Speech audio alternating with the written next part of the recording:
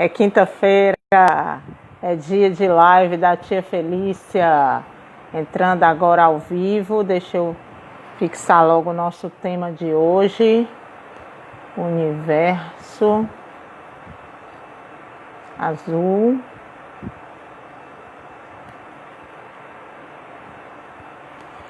Boa tarde, dicas e orientações. Fixando o tema de hoje, gente. Aos pais e profissionais. Deixa eu ver se ficou legal. Legal, vamos lá. Ok, fixar o tema. Fixado. Que bom, que bom. Demi, um abraço. Maria Lima, um abraço. Nosso convidado de hoje é o professor Wilson Cândido Braga. Já está aqui com a gente. O nosso professor, o nosso terapeuta ocupacional, o nosso diretor da editora Estímulos, o nosso escritor, né? O Wilson é um querido que vem nessa tarde conversar conosco sobre esse tema, Universo Azul, dicas e orientações aos pais e profissionais. O Wilson é maravilhoso, gente. Vocês vão ver quanto domínio o nosso querido tem desse assunto. Por isso, Andressa, Erlane, Kátia, vamos lá, vamos pegar o nosso aviãozinho, João Pedro, vamos pegar o nosso aviãozinho e vamos compartilhar com os nossos contatos. O Wilson já está na nossa audiência.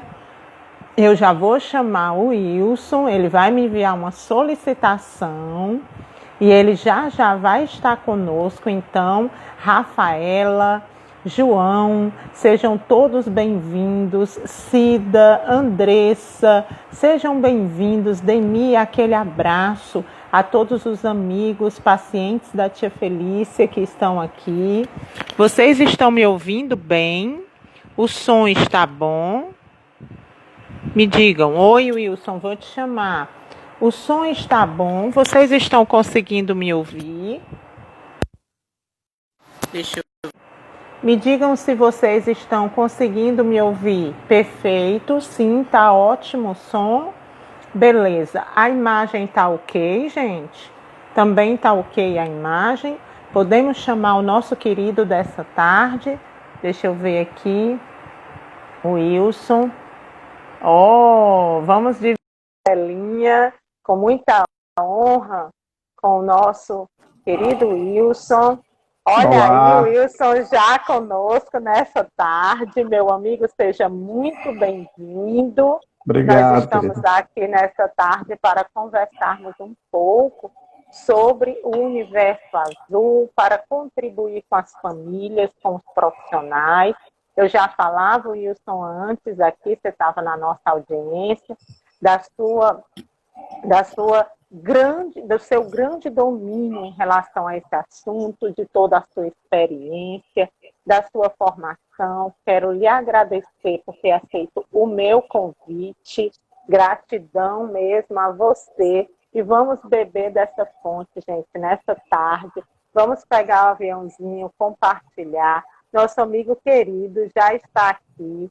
Tapete vermelho para o Wilson. Solte o verbo, meu amigo. Obrigado, querido. É um prazer colaborar sempre, especialmente quando a gente fala de autismo, de inclusão ou de diversidade, nesse contexto ainda de busca por esse espaço comum a todas as pessoas, né? Como você já havia colocado, eu sou terapeuta ocupacional, sou professor universitário, sou escritor, hoje sou diretor da Mais Estímulos e coordeno também um polo de pós-graduação pela Faculdade do Marcício Baturité, que aos sábados no Colégio Pia Marta Montese. Sou autor desse livro, que acho que a maioria já conhece, que é o Autismo Azul e de Todas as Cores. Tem um capítulo também nesse livro, que foi de um grupo de estudos da UFC, sobre educação inclusiva e educação especial, e tem um segundo livro saindo agora, depois da pandemia, depois da quarentena, eu espero que saia, que é Deficiência Intelectual e Síndromes Infantis. Então, trabalhei durante 21 anos para a Rede Estadual do Ceará, nesse movimento de inclusão, dentro do centro de atendimento voltado a pessoas com deficiência e a formação de profissionais também. Então, hoje vou conversar com vocês sobre autismo, esse assunto que a gente incansavelmente repete enquanto caracterização, né, que vale sempre a pena repetir para que a gente, de posse dessas informações, consiga olhar para esse sujeito de uma forma diferente. Sim, Wilson, meu querido, logo no início da nossa live, a gente tem aqui uns rituais maravilhosos, que é, por exemplo, agora eu desativei os nossos comentários, por quê? Porque nós vamos fazer a nossa foto oficial da nossa live. Por quê? Porque tanto os meus seguidores como os seus seguidores, eles compartilham, viu, gente? Não esqueçam de compartilhar. Prepara aí vocês para fazer o mesmo print, compartilhe, me marca também o nosso amigo, que para a gente é um feedback muito maravilhoso do nosso trabalho. Preparam isso para tu sair abafando no nosso print agora. E vocês, galerinha, prepara. Mais um. Que maravilha, gente. Olha, esses livros que o Wilson está mostrando da autoria dele, ele vai sim me mandar as capas e eu vou colocar nos meus destaques e nos meus stories para que vocês possam adquirir, fazer a aquisição dessa leitura maravilhosa. Wilson, agora eu vou ativar aqui os nossos comentários, porque com certeza o público aqui adora mesmo participar, e a gente está aqui para isso. Meu querido amigo, toda a honra em tê-lo aqui nesta tarde, você é maravilhoso. Obrigado, mesmo, né? E agora nós vamos beber dessa fonte. Seja à vontade, meu amigo, para compartilhar conosco esse universo azul. Bom, antes de falarmos um pouquinho sobre essas dicas, né, e orientações às famílias, especialmente nesse momento em que muitos pais estão dentro de casa, estressados, ansiosos, sem saber o que fazer, muitas crianças ainda mais estressadas e ansiosas, independente de ter ou não o autismo como característica, estão aí buscando por orientações, especialmente nesse movimento em que a gente tem observado de forma muito improvisada, que é esse modelo de atendimento à distância, de aulas remotas, que é uma angústia para as famílias, porque muitos pais se veem até na posição de professor para dar suporte a essa criança, quando muitas vezes nem formação para isso alguns têm, né? Então, a inquietação maior é o que eu devo fazer nesse contexto domiciliar, né, já depois de 2 meses de isolamento social, frente à minha criança com autismo, especialmente. Porque os neurotipos encontram uma forma qualquer de passar o tempo e de se reorganizar frente a essa mudança, mas os autistas têm essa dificuldade maior em quebrar esse padrão de rotina, a gente já sabe disso, nunca é demais repetir por uma dificuldade na flexibilização mental, sair de uma rotina confortável, onde ele já sabe o que vai fazer e como vai acontecer, para um novo momento em que ele está dentro de casa, que não pode sair, que não entende porque não pode sair, né? Sim. Porque quer brincar, quer ir para a rua, quer ir para o atendimento que ele tinha semanalmente. A rotina, né, Will? A rotina normal, né? Algumas crianças demoram a entender. O autista demora mais ainda por uma infinidade de motivos, né? Sim. Pode fazer as suas colocações, quando você achar necessário, tá? Oi. Tem alguma Ótimo, isso. Só a gente aqui agradecendo, porque já tem muito carinho aqui pra gente. A Manuela Lucena, um grande abraço. Você é muito querido, viu, Wilson? As pessoas mandam muito carinho aqui para você. Aninha, boa tarde. Gente, sejam bem-vindos todos. Nós estamos aqui agradecendo mesmo a presença de todos aqui conosco nessa tarde. Podem fazer também as perguntas. Se quiserem utilizar a caixinha de perguntas aqui, o professor Wilson está aqui conosco também nesse momento para compartilhar. E olha, a experiência do Wilson é fantástica mesmo. Eu tenho, assim, um orgulho de tê-lo aqui nessa tarde, porque realmente a dúvida que você tiver, ele é mais do que preparado para tirar. E nós estamos aqui compartilhando com vocês sobre o universo azul. De repente, essas crianças, dentro do espectro autista, tiveram que ficar dentro de casa e, de certa forma, parar todo o seu tratamento, todo o seu acompanhamento multidisciplinar, toda a rotina que eles tinham. Wilson, já com 60 dias, né? Claro que a gente não tem condições de prever um prognóstico disso tudo, porque é inédito o que nós estamos vivendo. Nós temos, como profissionais da saúde mental, a condição de termos uma ideia, imaginarmos o que pode ocasionar aos nossos pacientes, né? No caso do universo azul, Wilson, esse distanciamento social, quais são os possíveis prejuízos nesse todo, né, desse conjunto de rotina que eles perderam nesse momento? Vamos começar dizendo que a gente vai ter uma regressão em algumas conquistas, tanto por parte da escola em relação a esse aluno com autismo, quanto por parte das equipes multidisciplinares também com relação ao atendimento. Então vamos ter uma dificuldade pós-pandemia em ter essa criança funcionalmente aceitando voltar para a escola como ela já tinha construído esse hábito rotineiro, né, esse ritual diário, de todos os dias, naquele mesmo horário para a escola. Eu vou ter essa família talvez com dificuldade frente a esse movimento de retorno. Vamos ter dificuldades com retorno aos atendimentos, porque, de novo, 2 meses é tempo suficiente para você também ritualizar um novo comportamento. Já temos crianças que não querem sair de casa, que já tinha essa dificuldade em sair e agora ficou mais acentuado, né? Então, eu acho que a preocupação inicial vai ser o resgate do atendimento e da escola para aquele movimento que até então já vinha acontecendo dentro da considerada normalidade. Então a gente vai ter algumas crianças com regressão nesse sentido. Por outro lado, a gente também tem que enxergar pontos positivos nisso, né? Eu acho que a gente vai ter aí um elo afetivo muito maior entre pais e filhos, apesar do estresse, da ansiedade. A gente vai ter aqueles relatos de famílias que passaram mais tempo em contato afetivo com seus filhos, que aprenderam a brincar com seus filhos, levando a essa possibilidade de uma estimulação para o brincar funcional, né? Que é o que a gente tinha pelas ocupações diversas. Muitas vezes os pais não tinham muito tempo para esse brincar pontual com seu filho, e talvez nesse movimento, dentro de casa, com mais tempo, isso possa ter melhorado. Ou não. A gente também não vai afirmar que todos os casos tenham funcionado dessa forma.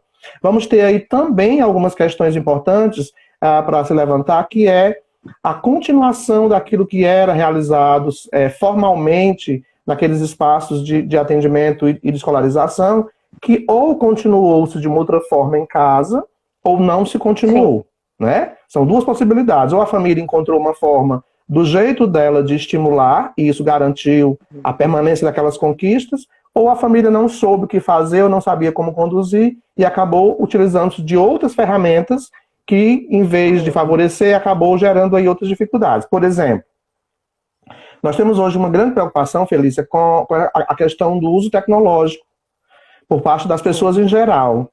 Por parte das crianças e adolescentes neurotípicos, a gente já tem dificuldade em controlar esse uso do computador e do celular.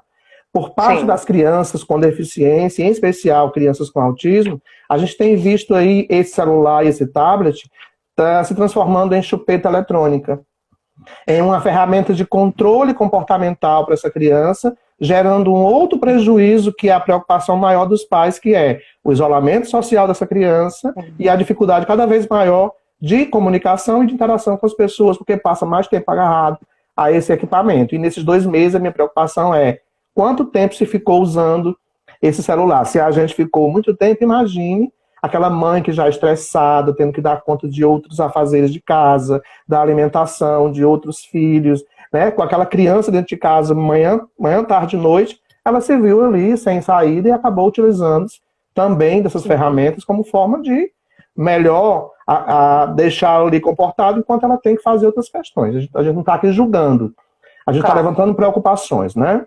Claro. Sem contar, Wilson, que tiveram muitos pais que logo no início, sim, tiveram aquele momento de parada mesmo, porque ninguém sabia para onde ir, nem quando ir, nem como ir, né? Foi um convite imposto a todos nós. Fiquem em casa, né? Então, aquele primeiro momento, nem as próprias empresas, ninguém sabia exatamente como se organizar. À medida que as etapas e as prorrogações na quarentena foram acontecendo, as pessoas foram encontrando ou adequando formas de enfrentar esse momento sem zerar totalmente a sua produtividade. Sim. Então, veio a outra etapa, onde os profissionais tiveram que dar continuidade às suas atividades em home office. Eu acredito que isso acentuou bastante, né, vários comportamentos disfuncionais, como o uso abusivo dos eletrônicos, né? Alimentou mais ainda, né? Estimulou e, na medida em que eu não desenvolvo uma rotina, né, na medida que eu não estabeleço, eu não elaboro com o meu filho essa rotina, ele fica mais vulnerável a buscar algo que está mais de imediato, que está mais pronto naquela hora, que é o eletrônico. Então, o que eu tenho orientado, o Wilson, é que a gente gaste tempo com a rotina, porque a rotina é a garantia da mínima organização para que a gente possa minimizar as regressões que você colocou tão bem, né? E a rotina também é uma ferramenta que vai nos ajudar nesse retorno, nessa pós-quarentena.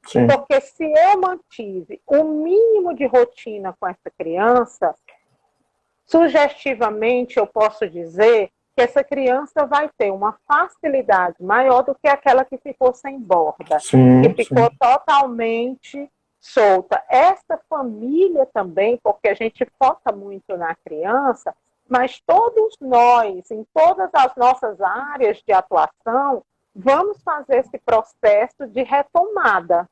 Então, nós estávamos num ritmo e nós não sabemos exatamente, nós vamos testando, nós vamos ajustando nesse retorno como é que a gente vai se readequar, se reinventar. Porque nós estamos passando por um processo, Will, eu costumo dizer que é uma oportunidade da gente reescrever, reeditar a nossa própria história, né?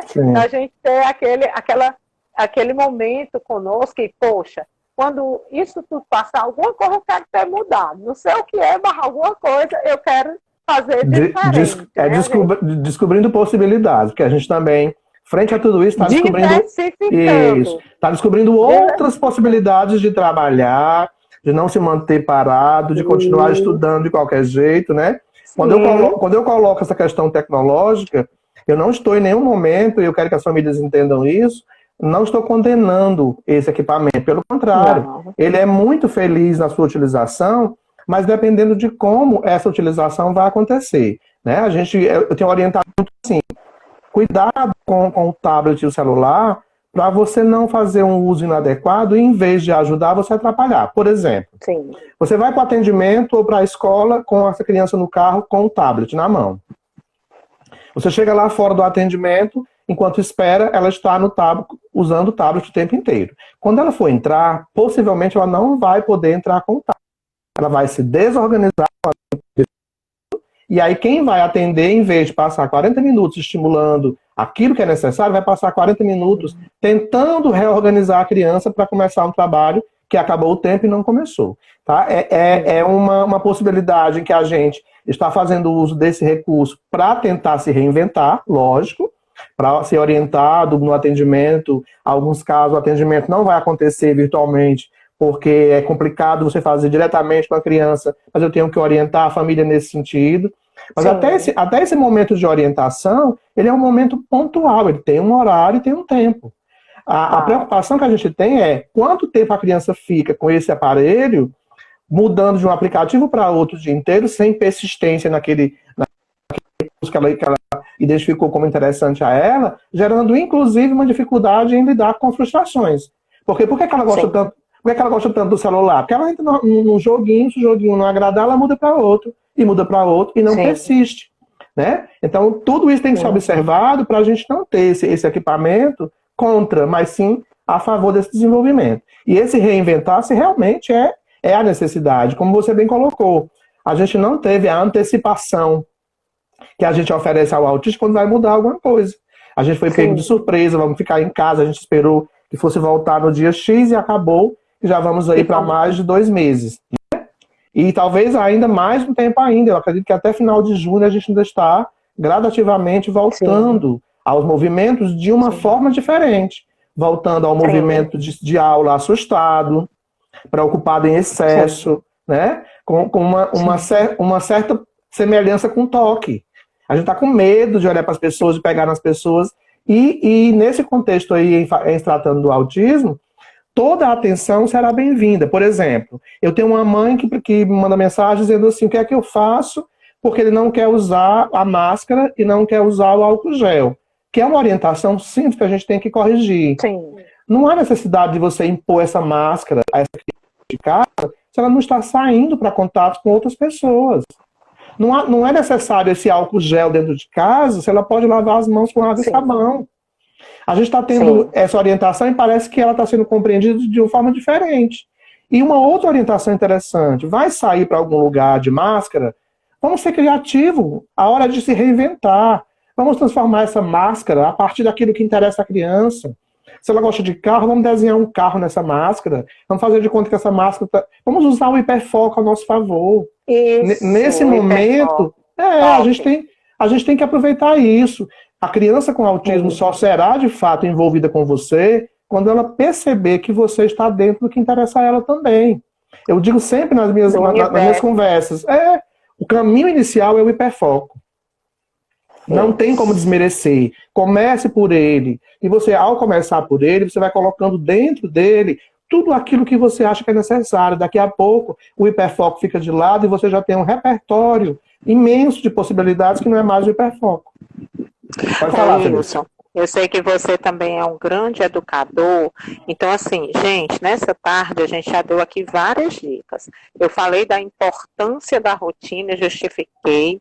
Nós falamos do tempo e quando esse uso do eletrônico ele está contemplado na rotina, há um benefício nisso, a gente consegue usá-lo de forma positiva, ao nosso favor. O professor Wilson também estava colocando em relação ao universo peculiar dos autistas, um grande trunfo que nós temos na nossa mão, que é começar o trabalho pelo hiperfoco. Nós temos aqui também vários educadores, um grande beijo aí o pessoal da MS Desenvolvimento, do Dr. Sávio, que está por aqui, e da Mariana, maravilhosa. Então, assim, nós temos aqui também vários educadores, Wilson, que ficam meio que aflitos com esse retorno das crianças, principalmente das crianças específicas que precisam dessa atenção diferenciada, né?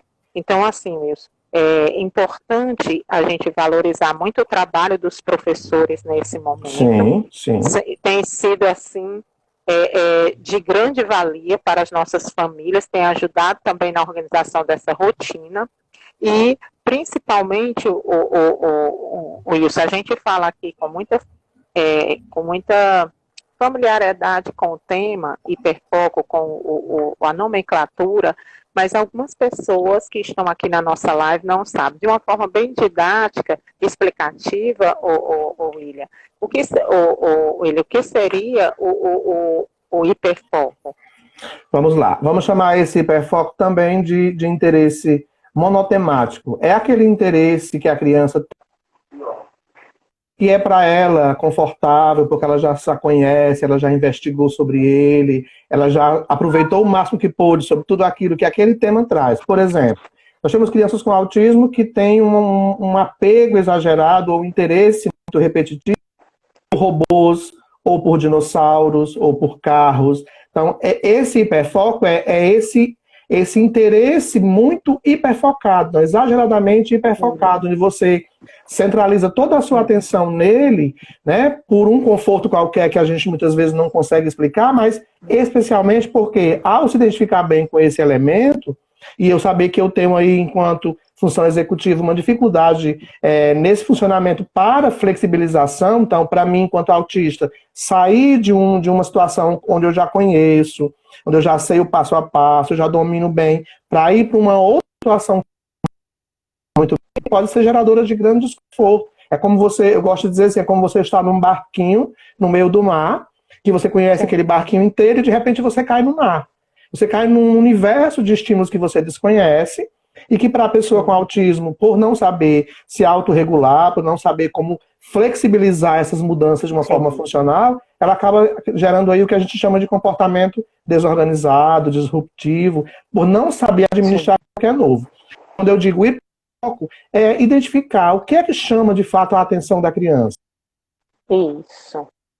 E assim, Wilson, o que é importante, Wilson, é que isso não é só para as crianças. Oi, Wilson, está me ouvindo? Oi, Wilson, você está me ouvindo, querido?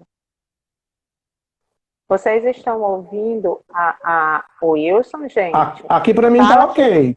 Tá ok, Wilson? Tá. De vez em quando a sua dá uma cortadinha. Eu não sei se para o público a sua fala também está cortando. Para mim, de vez em quando ela está cortando. Deixa eu tentar mudar aqui a internet, peraí, mas tá ok para mim aqui. Gente, por favor, vão dando aqui o retorno para nós, se vocês estão conseguindo ouvir bem. As explicações do Wilson estão, assim, maravilhosas mesmo. E como a gente estava falando, ele explicou muito bem sobre o hiperfoco. E assim, pronto, sim, William.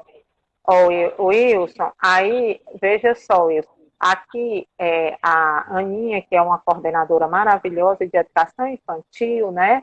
Ela pergunta assim, no retorno das aulas, como a escola vai poder ajudar? Inicialmente, o Wilson, eu acho que as famílias e as crianças vão retornar muito assustadas, muito temerosas, porque nós viemos de um momento inédito nas nossas vidas.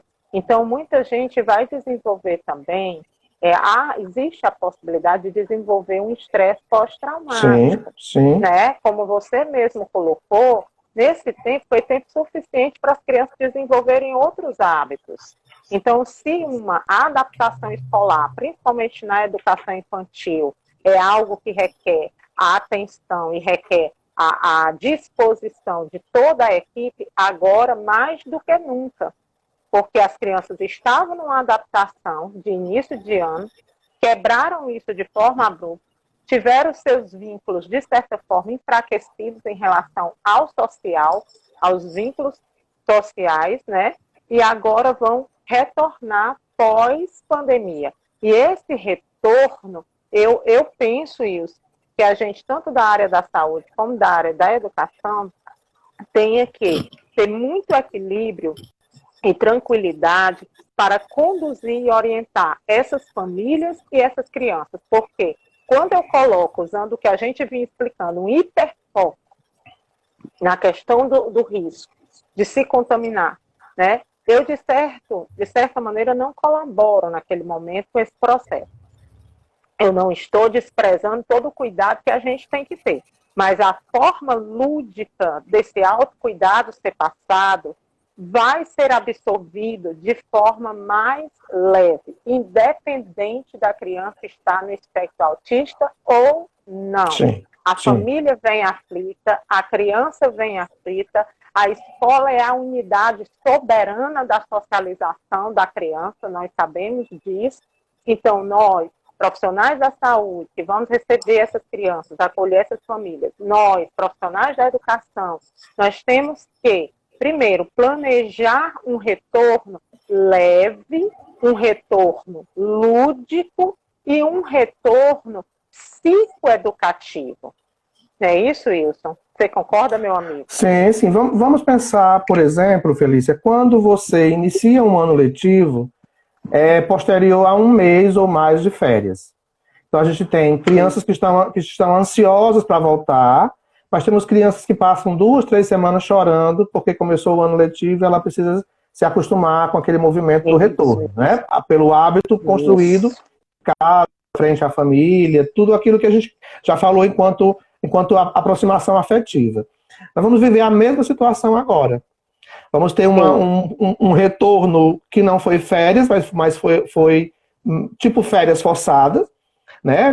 Lógico que ele estava tendo contato virtual com o professor, com atendimento, mas não estávamos presencialmente convivendo com as crianças, com aquele movimento da escola, com o tempo da escola, com aquela rotina, né? Aquele ritual todo que a gente faz quando está na vida escolar. Então, como você disse, a escola precisa, mais do que nunca, entender que ela vai ter que buscar por ferramentas de conquista para todas as crianças. E para essa com autismo vai ser uma ferramenta a mais. Por isso que eu usei o hiperfoco. Vamos ter que atrair essa criança de alguma forma. E esse exercício não vai ser só da escola. Ele vai ser de pai e mãe também, que vai ter que começar o movimento antecipatório de aviso para essa criança que a vida rotineira dela, até então interrompida, vai voltar, que ela vai frequentar a escola de novo e ela vai ter dificuldades, ela vai se desorganizar, ela vai chorar, porque é um longo período afastado, né? A mesma situação vai acontecer nos atendimentos. Ela não vai querer entrar na sala, ela vai ter resistência, uns mais, outros menos, uns nem tantos, né? Mas é um movimento que a gente nem pode prever como será, porque cada um, na sua singularidade, vai se apresentar de forma muito distinta. Alguns não vão ter problema nenhum com o retorno, já estão ansiosos demais por esse retorno.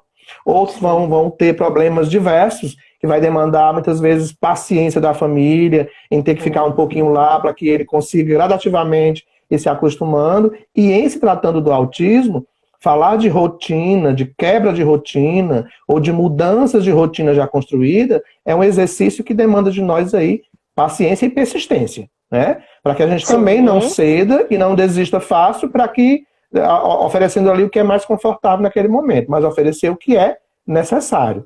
E nesse sentido aí vamos precisar de todo esse trabalho, tanto em casa, para antecipar e preparar essa criança para esse movimento de retorno, quanto da escola em criar ferramentas de atração, de acolhimento lúdico. Os primeiros momentos serão realmente de mostrar aquele espaço como um espaço agradável, acolhedor, para que a criança se sinta motivada a ir para esse espaço, porque a gente vai ter grande resistência. Estabeleça, né, Wilson, restabeleça essa relação de confiança, né?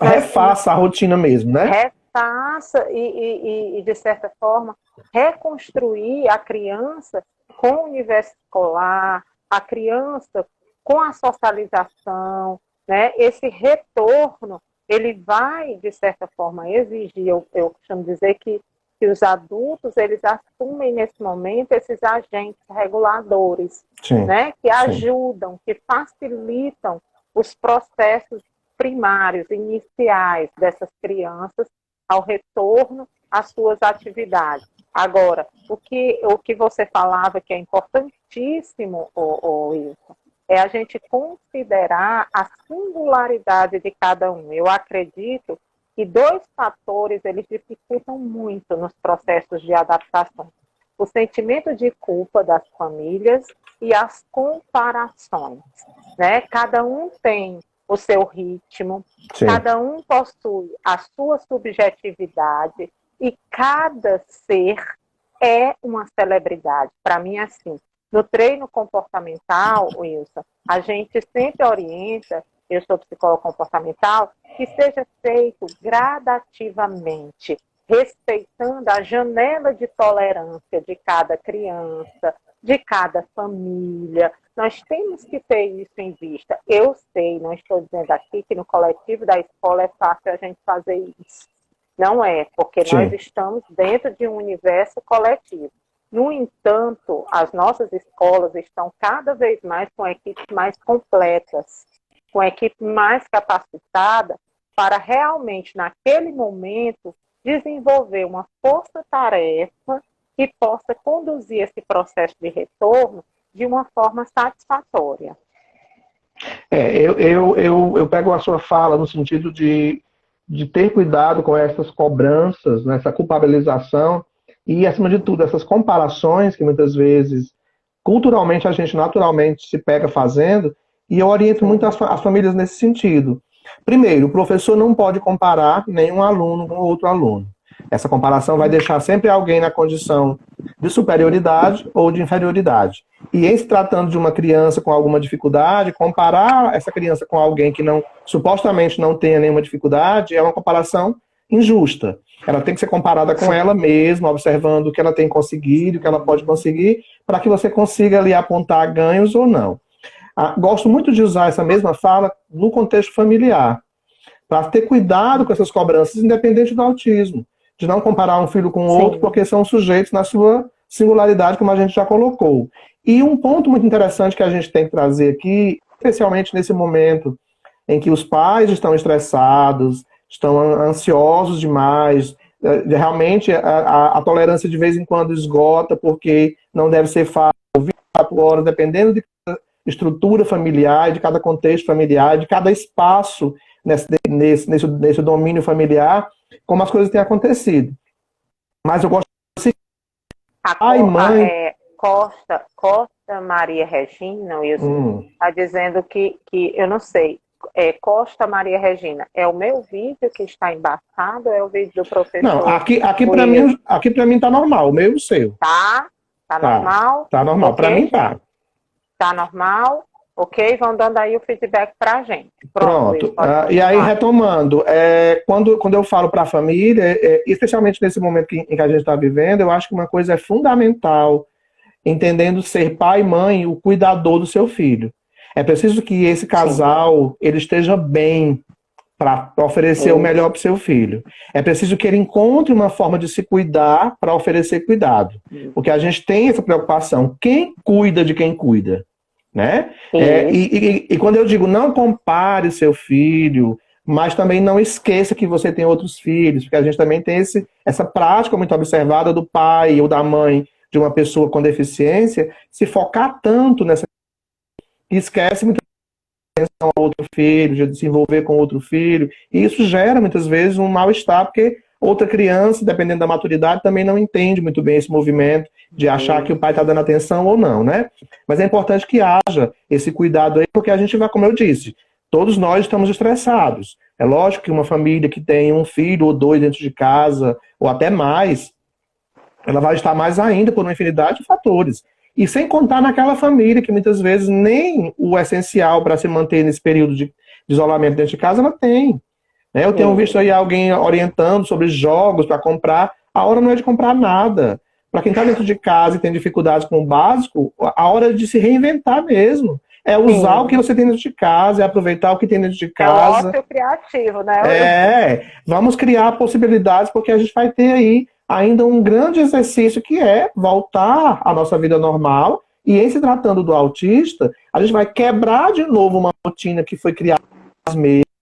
Bem ou mal, a rotina foi criada. Ele já entendeu que não pode sair, ele está dentro de casa. Ele já entendeu que não pode ir para a rua quando a mãe vai para o supermercado, porque ele pode adoecer. Ele está ficando a contragosto, mas ele vai precisar agora sair de novo. E é nesse sair de novo que a gente tem que, mais uma vez, se reinventar. Eu trago uma preocupação, Felícia, que tem me deixado às vezes inquieto.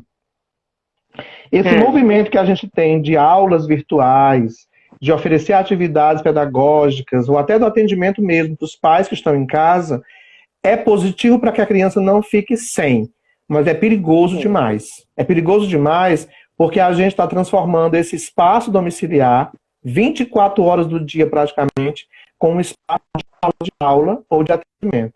E é uma outra preocupação que eu trago. Nossas crianças com deficiência podem ter dificuldades mais tarde por antipatizar o atendimento e a escola, porque ela vivenciou durante 2 meses isso bombardeado dentro de casa, porque muitos pais às vezes não entendem o limite do que é a estimulação.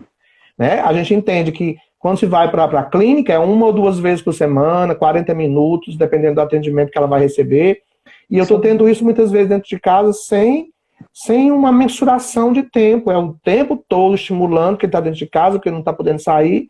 E quando essa criança voltar, ela não vai antipatizar o serviço que ela vinha semanalmente fazendo, 1 ou 2 vezes. É tanta atividade pedagógica em casa que ela está estressada em aplicar, dá uma antipatia em relação a isso. É uma preocupação que eu acho que a gente tem que observar, porque enquanto alguns vão lidar muito bem com isso, vai ter outros que não vão trabalhar tão bem. E isso me preocupa, porque a gente está transformando. Tem até um comercial que passa na televisão e eu critico cada vez que passa. A nossa casa é academia, a nossa casa agora é escola, a nossa casa agora é a nossa casa, é a nossa casa. A nossa casa é a casa. Transformando a casa em escola, professores.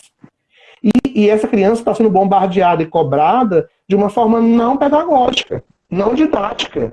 E ela vai voltar para esse espaço escolar e para o atendimento, possivelmente com algumas resistências. E isso me preocupa, porque a gente vai ter aí, além da reconquista, né, para atrair, a gente vai ter aí que transformar de novo esse espaço em um espaço não aversivo frente àquele bombardeio que ela sofreu durante mais de 2 meses em casa, que é o que está acontecendo com algumas famílias. Algumas não, mas outras não estão entendendo o que é esse estimular em casa, estão entendendo o que é o tempo inteiro, atividade pedagógica, manhã e tarde, tem aula da escola que é manhã e tarde.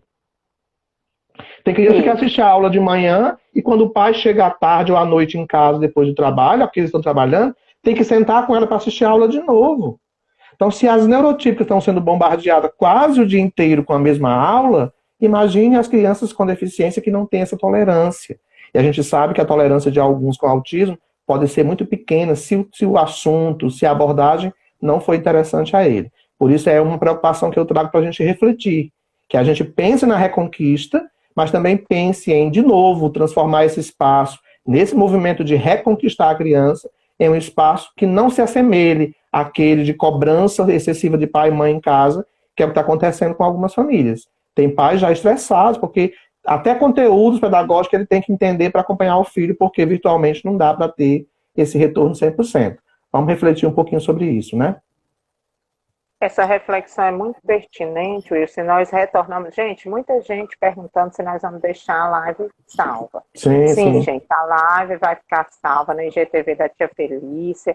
Vocês podem pegar, assistir novamente com calma, pegar a live e divulgar e mandar para quem vocês quiserem, como podem também, tanto para mim como para o professor Wilson, mandar suas dúvidas, que não deu tempo da gente responder aqui. Fique à vontade, os nossos perfis são abertos, vocês têm total acesso, ok? A Ludmila Timbó mandou um beijo para o meu Joaquim de 9 anos, muito obrigada, viu, Ludmila? E o professor Wilson trouxe uma reflexão muito pertinente nesse momento, em que, claro, nós não estamos aqui desmerecendo, nós reconhecemos o trabalho de todas as escolas e o grande desejo deles manterem esse serviço com qualidade para as nossas famílias. Porém, nós estamos falando de um público que nós chamamos até no tema da nossa live de universo azul, onde existem peculiaridades que precisam ser lembradas, que precisam ser consideradas. Sim. Fora isso, eu acho, Wilson, que essa sua reflexão ele vai cair novamente naquilo que a gente vinha alertando e que você falou tão bem, que é a questão do sentimento de culpa e principalmente do autocuidado. Sim. Eu dou o que eu tenho, o que eu não tenho, eu não posso dar. Então, eu sei que muitas vezes nós, mães, nos cobramos muito, independente das crianças, dos nossos filhos serem autistas ou não. Muitas vezes nós caímos na armadilha, Wilson, de dizer, só eu sei fazer, só eu consigo fazer isso, o meu filho só faz se for comigo. E vem um engano, vem um pensamento falso dizer para a gente que ser mãe boa é ser isso, né? Mas, na verdade, ser antes mãe boa para o meu filho é ser também uma mulher boa para mim, é estar de bem comigo, de bem com a minha mente, de bem com as minhas emoções, né? Então a gente não pode cair nessa armadilha. Tá certo que se a gente delegar, pode ser que o outro não faça como a gente faz. Mas a gente precisa desse tempo que o outro está lá fazendo essa atividade para um tempo nosso. Um tempo só nosso, um tempo que o professor Wilson trazia como um tempo de autocuidado. Sim. Então, a escola, ela permanece oferecendo o seu serviço, né? A escola disponibiliza plantões que os pais podem tirar dúvida, podem ser orientados, dicas como eles podem acompanhar nesse momento. Eu mesmo, Wilson, junto com uma grande aluna sua, que é a psicopedagoga da Casa da Tia Felícia, a Alane Bezerra, que está aqui com a gente também, né? É a minha psicopedagoga lá na Casa da Tia Felícia. Nós desenvolvemos uma escala, né? E até liberamos numa live nossa, que era de desempenho, acompanhamento do desempenho das crianças nas atividades de casa, as funções cognitivas, só para o pai ter aquele material, aquela ferramenta de apoio, né? Agora, a gente se cobrar, a gente querer que nesse momento ser perfeccionista, não, é como se o meu filho estivesse na sala de aula. Nós não temos esse recurso, essa condição, mas toda postura de motivação, de encorajamento que você fizer ao seu filho nesse momento, mesmo que ele não consiga fazer todas as tarefas, e isso, gente, não é só para os autistas.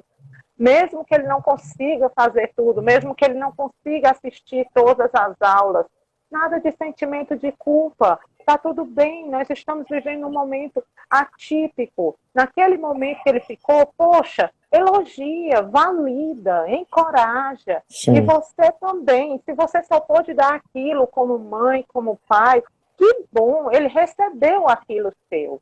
Que maravilha que você teve aquele tempo. Então, às vezes, isso a gente faz 90%, mas o foco é nos 10% que nós deixamos de fazer. Verdade. É a cobrança, né? Você coloca uma questão interessante, é que, assim, primeiro, respeitar a tolerância e o limite de cada um. Valorizar mais os acertos, não ficar apontando só os erros, né? Acho que é uma questão que vale a pena a gente repensar. E tem uma fala inicial sua que é assim: meu filho só faz bem comigo, só eu que sei fazer melhor com ele. Cuidado com isso e se desfaça disso. Sabe por quê? Porque é necessário que você deixe o seu filho fazer, mesmo que errado. É necessário que você, de vez em quando, se afaste dele. Essa mesma fala vai para o cuidador que está acompanhando aquela criança, que não consegue ainda comer sozinha, se higienizar sozinha ou andar sozinha. É para fazer com ela e não por ela. Essa preocupação a gente tem trazido muito porque assim, as mães estão querendo que o filho mostre a atividade perfeita, que às vezes é ela que faz, e não a criança que fez. Né? Então, se o seu filho só faz com você, é uma preocupação que você precisa ter. Porque você não vai estar 24 horas do dia com ele, nem pela vida inteira com ele. Você tem que também delegar a outras pessoas, mas além de delegar a outras pessoas, delegar a ele também. Ele pode fazer... autonomia, né, Will? Exatamente, ele pode fazer se você oportunizar. A gente ainda tem essa culpabilização, que isso é fruto da Idade Média, de que o bichinho é coitadinho, é doentinho, ele não sabe fazer porque ele é autista. Ele é autista, ele tem dificuldade, mas a gente tem que enxergar inicialmente as capacidades. Qualquer intervenção, quando eu disse lá no início, a gente tem que usar o hiperfoco para chegar até a criança com autismo. Ok, mas a gente tem que começar a intervir pelas capacidades que ela tem. Ela não vai começar fazendo coisas que ela não sabe para se frustrar, não. Eu tenho que começar por aquilo que ela consegue para chegar onde ela não consegue. Porque se eu começar pelo que é fracasso, ela já vai desistir. E a gente tem que começar esse movimento dentro de casa. Não é para eu me sentir orgulhoso ou orgulhosa, porque meu filho só faz comigo. É preocupante, ele está dependente de você.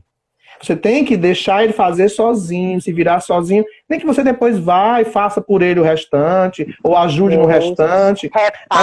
Refaça com ele. Mas ele tem que se sentir participante do processo. A gente tem falado de inclusão, defendendo que a escola deve incluir, e eu gosto muito de trazer um conceito de inclusão que as pessoas às vezes até confundem esse conceito, porque incluir não é você estar na escola junto com os outros, não. É você estar na escola junto com os outros, sentindo-se parte desse movimento de estar junto com os outros, mas com investimentos que gerem sucesso. Como é que eu vou evoluir lá naquele espaço, tentando esse sucesso, se eu tenho o tempo inteiro alguém fazendo por mim? Que tipo de autonomia a gente está oferecendo a essa criança? autonomia para se virar sozinho ou para depender de alguém. E quando esse alguém não está, gera em mim um outro problema que é o não saber se virar, o sentimento de não competência para fazer aquilo. Então, a família também sobre isso. Se em casa, nesse isolamento social, a família está fazendo pela criança, vamos começar agora a deixar ela fazer, né? Fazer junto com ela, porque ela vai voltar à sua vida normal, né? Todos nós vamos voltar e vamos ter mais uma preocupação que é aquela criança agarrada, é o chamado objeto transicional, né? Agarrada à mãe, que ela vai ter que encontrar alguma coisa para segurar. Aquela relação simbiótica, aquele fio, aquele cordão umbilical que não se passa aquela codependência emocional ali, né? Mas Felícia, será que essa dependência é da criança com a mãe ou com o pai, ou é dos pais em relação à criança? É outro ponto a se refletir. Né? É por isso que eu costumo dizer que é uma codependência. Uma codependência. É uma retroalimentação. Retroalimentação, sabe? Wilson, eu gosto, é porque a gente vem de uma geração, né? Eu sou coroa, né? A gente vem de uma geração que a gente muito cedo ia para o mercado de trabalho, muito cedo a gente trabalhava, a gente estudava, a gente, né? E por a gente ter vindo dessa, eu acredito que a gente ter tido essa cultura, essa formação cultural, a gente se inventou, a gente se fez, se descobriu, né? Muitas vezes super protetores. Também. Né? Também. A gente se construiu. Pais que, pronto, eu fico imaginando que eu tinha 11 anos e eu ia pagar as contas para meu pai no banco, numa boa e tudo, ia resolver as coisas. Eu tô com um filho de 9 anos, sinceramente, isso eu não deixaria. Eu não deixaria. É um movimento contrário, né? É um movimento contrário. Eu lembro que eu sou de uma prole de 10 irmãos, eu sou o mais novo dos 10. E eu lembro que eu, com 12 anos de idade, eu fazia matrícula na escola, eu ia comprar o material escolar, e porque me era dado essa responsabilidade no sentido de que você pode, vá lá, faça. Você sabe fazer? Vá lá, faça. Então, a gente está fazendo um movimento contrário, independente de ter um filho com deficiência ou não, a gente está protegendo de coisas que talvez não foram tão positivas. Dentre as positivas, tem alguma que não foi, e a gente está se agarrando àquilo que não foi positivo para proteger os filhos.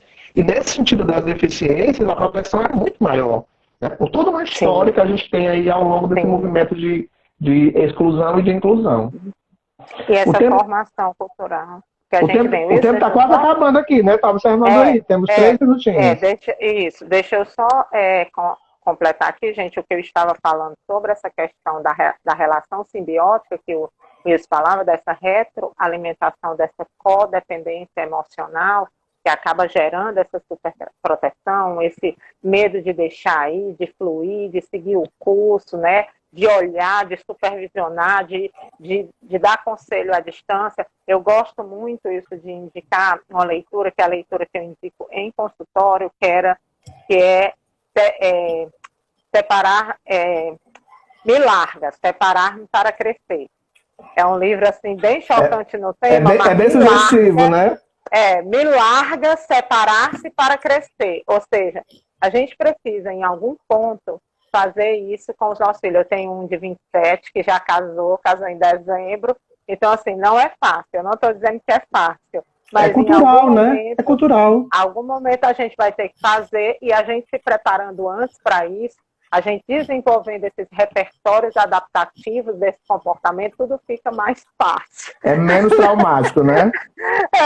Ô, professor Wilson, meu querido amigo, eu queria lhe agradecer demais pelas suas contribuições nessa nossa tarde aqui na live da Tia Felícia, no nosso café gostoso, né? Então, gente, você que não segue ainda o professor Wilson, @Wilson Cândido Braga. Siga essa fera aí, né? Que ele tem muito aí para compartilhar conosco. O Wilson vai ficar salvo aqui, você pode compartilhar com todos os seus contatos, meu amigo.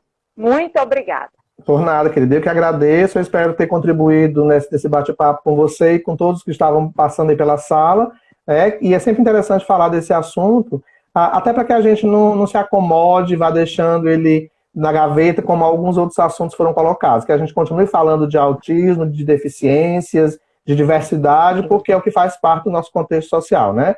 Qualquer coisa é só me procurar aí no meu canal no YouTube, estão lá todos os vídeos e lives gravadas, também no Instagram, e eu estou aqui à disposição sempre, porque precisar. Qualquer coisa é só chamar. Obrigado pelo convite, Wilson, tá?